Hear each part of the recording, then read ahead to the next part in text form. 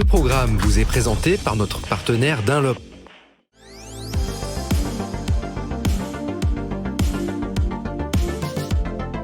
Les plus belles routes de France reprennent du service à nouveau dans le Vercors. Un second volet de balade après le col du Rousset que vous avez certainement vu. Là maintenant on va s'attaquer au col de Tourniol et pas Torniol, hein, col de Tourniol. On commence ici à Barbières. Alors Barbières, pour vous situer un petit peu, de l'autre côté on a la vallée du Rhône et là maintenant de ce côté on a tout le Vercors avec ce que l'on appelle la chaîne des monts du matin. Pourquoi? Parce qu'ils sont du côté du Levant. On est sur la partie occidentale du Vercors, la plus à l'ouest. Et paraît-il, c'est une des plus belles montées à faire dans la région. Pour ça, on a quoi? On a toujours la GSX-S 950, version 95 chevaux. Ça devrait être amplement suffisant pour prendre des belles sensations, pour s'en mettre plein les mirettes. Alors, vous connaissez le programme, hein, comme d'habitude.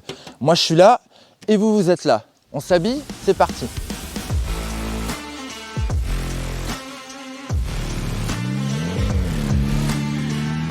Allez, on quitte Barbières. Ils sont très jolis, un rocher d'escalade. Et là, on va longer la montagne de l'Épenay. C'est ça, les monts du matin. Cette montagne de l'Épenay, on va la retrouver à gauche. Il y a 3 massifs hein, dans cette petite montagne que l'on va suivre. Sur la partie orientale, il y a la tour de Bouvaret, le rocher des Deux Sœurs et le rocher du roi Grenet. Véridique, ça s'appelle comme ça. Et Barbières, hein, son site d'escalade, mais en fait, hein, toutes ces montagnes que vous voyez là sont également extrêmement réputées pour les voies à faire en mode grimpette.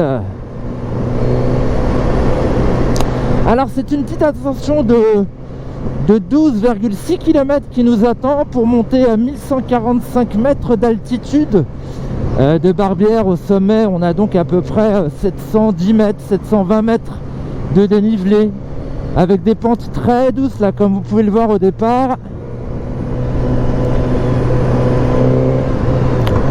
Mais vers la fin, ça se complique. Ça se complique ou ça se densifie? Parce que là, on est à 5%, 6%, mais il y a des passages à la fin vers 13%. Alors on dit que cette montée vers le col de Tourniol est une des montées les plus paisibles du Vercors. Paisible pourquoi? Parce qu'en fait, elle se mène à rythme sénatorial, j'ai envie de dire. On a des passages ouverts comme celui-là, mais la plupart du temps, en fait, on passe en forêt, on a de la fraîcheur.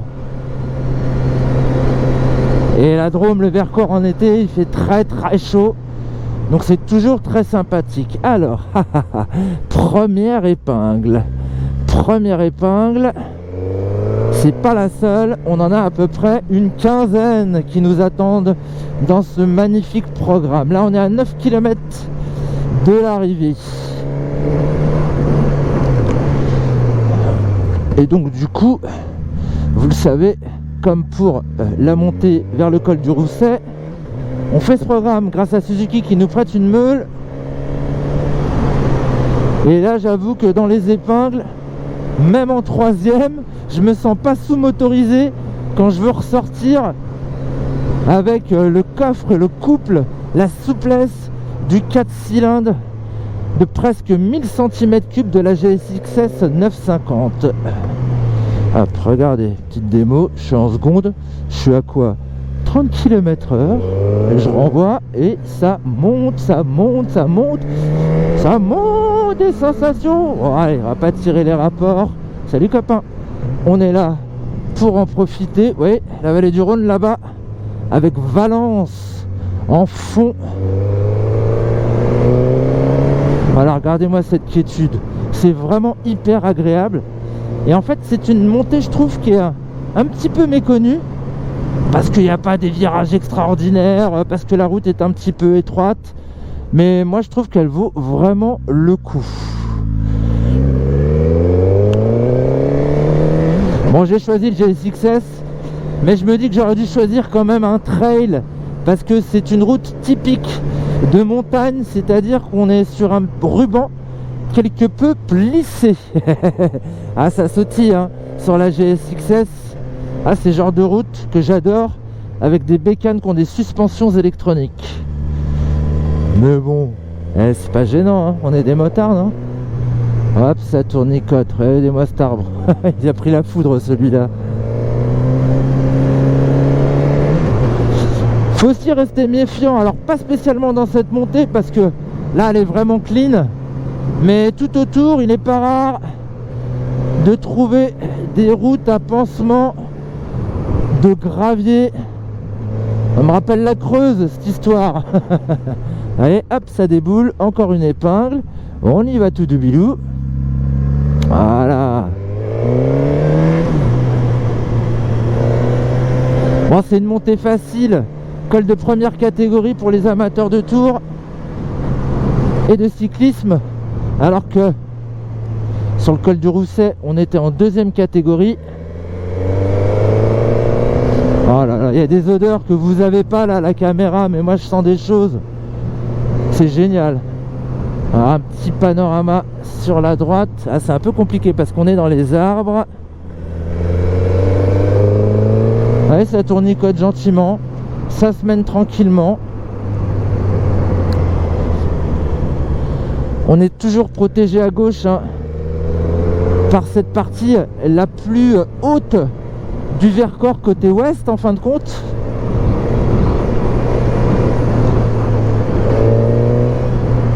Allez, vous voyez ça? Si c'est pas beau, c'est génial. Et donc l'avantage aussi de cette petite montée, c'est qu'il n'y a pas beaucoup de monde. C'est pas une autoroute à motards. Et pourtant, ça vaut le détour. Hein. Ça vaut vraiment le détour.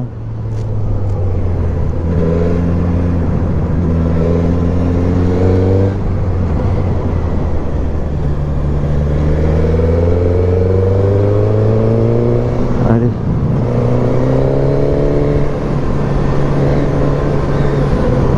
Route à gravier, accidentée. Je suis assez en confiance parce que j'ai mon traction control que j'ai mis sur 2. Non, Mehdi n'est pas un petit bras, Mehdi est prudent. De toute façon, je trouve que le système est bien fichu, hein, comme l'ABS. C'est bien paramétré cette histoire-là, on est bien en mode Japan Total Control. Ah, Total Control c'est Honda, j'ai pas le droit de le dire.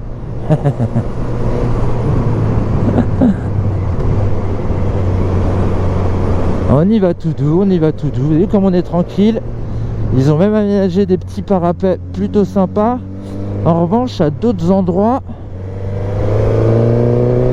on trouve des glissières. Et ça, j'aime moins les glissières.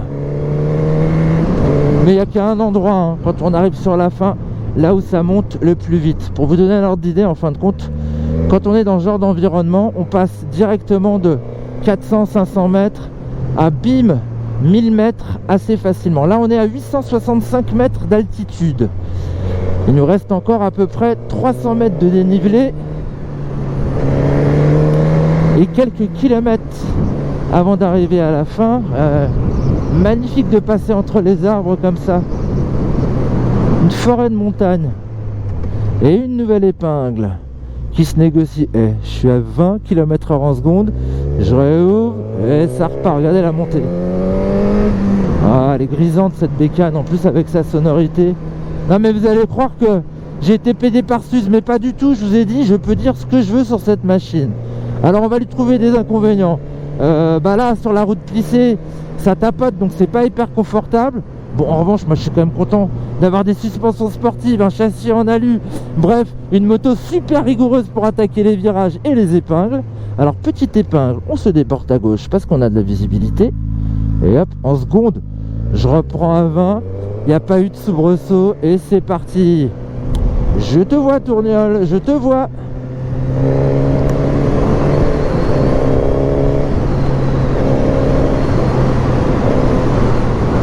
Oui, rayon de braquage, hein, bah ça, en même temps, je m'en sors quand même pas mal dans les épingles. Hein.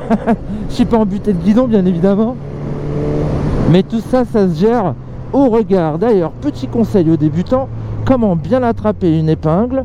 On s'excentre, on commence le virage, on tourne bien la tête et la moto tourne toute seule.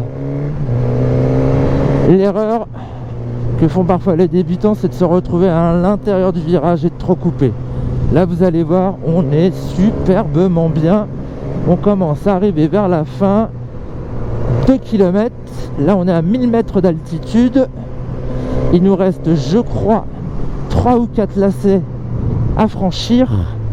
Donc pareil, pas de voiture, je peux me déporter à gauche. Je place le regard, la moto tourne toute seule. Un cycliste clignotant à gauche, clignotant à droite. Petit coup de papate pour lui dire merci, parce qu'il s'est mis sur le côté, sympa, alors qu'il est en plein effort le gars.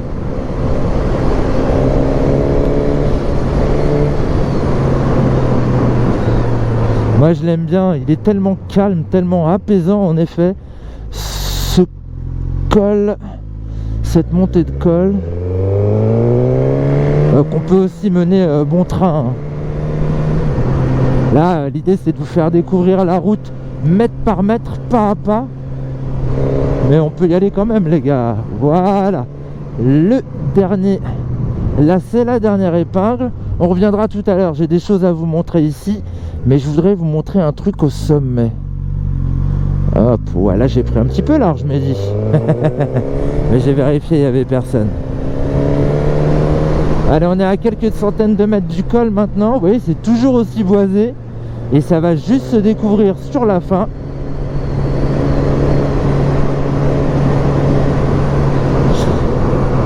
On va passer à un monument, une dalle qui a été posée parce qu'ici en 89, il y a un avion qui s'est crashé, un avion de ligne avec une trentaine de personnes à bord. Un avion de ligne qui faisait Valence-Paris. Paix à leur âme. La stèle est ici. Le sommet est là. Col de Tourniol. Bon, il y a quand même un petit peu de camping-car ici. Mais si vous regardez bien, c'est quand même magnifique. Là maintenant, on ouvre complètement vers le Vercors. Et on va retrouver le col de Bataille un petit peu plus loin. Et là, juste en bas, une fois que vous avez passé Tourniol, il y a un petit bourg très sympa avec un resto. On dirait des nouvelles. Allez, je vous ramène à l'épingle d'avant pour qu'on puisse observer ce panorama et la sortie du Vercors. Col de Tourniol, 1145 mètres. Je suis reparti en 4e. Vous avez vu, je suis reparti en 4e, j'ai pas calé. Elle est incroyablement souple, la GSX-S.